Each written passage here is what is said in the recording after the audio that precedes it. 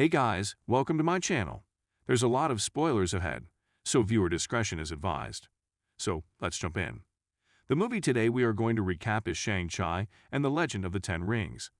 Thousands of years ago, Zhu Wenwu finds the Ten Rings, 10 mystical weapons that grant their user immortality and great power. Wenwu amasses an army of warriors called the Ten Rings and conquers many kingdoms and topples governments throughout history. In 1996, Wenwu begins searching for the village of Ta Lo, which is said to harbor various mythical beasts, in order to expand his power. He finds the entrance of the village, but is stopped from entering by the village guardian, Ying Lai. The two fall in love and have two children, Shang and Xialing. Wenwu abandons the Ten Rings and his organization to be with his family. However, Lai is eventually murdered by the Iron Gang, old rivals of the Ten Rings, and Wenwu once again takes up the Ten Rings to massacre them and resume his criminal activities. Shang begins training in martial arts and is sent by Wenwu at the age of 14 to assassinate the leader of the Iron Gang. After fulfilling his mission, a traumatized Shang escapes to San Francisco, where he adopts the name Sean. In the present day, Shang works as a valet with his best friend Katie. While on a bus on their way to work, Shang and Katie are attacked by the Ten Rings led by Razor Fist. Shang fights them off, but discovers that his pendant given to him by his mother has been taken. Fearing that the Ten Rings will attack Xialing for her pendant, Shang decides to track her down and reveals his past to Katie, who agrees to help him. They find her at an underground fight club in Macau, which she owns. Xialing expresses her resentment towards Shang and their father. The fight club is then attacked by the Ten Rings, with Wenwu unexpectedly arriving to capture Shang, Katie, and Xialing.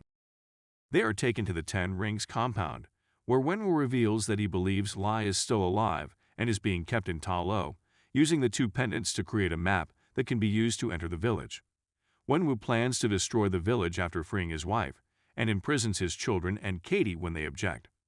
The three escape the compound with the help of former actor Trevor Slattery, whom the Ten Rings imprison for impersonating Wenwu and won. Guided by Slattery's Hundun companion Morris, the group drives to Ta Lo to warn the village of the Ten Rings and meet Lai's sister Yingnan. She reveals to the group the history of Ta Lo.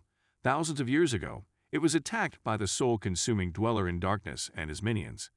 However, the village was saved by a dragon called the Great Protector, who helped seal the Dweller and his minions in a mountain. According to Nan, the Dweller in Darkness has been influencing Wenwu into believing Lai is still alive. So he will use the rings to break the seal. The villagers, Shang Xialing, and Katie train and prepare for their arrival.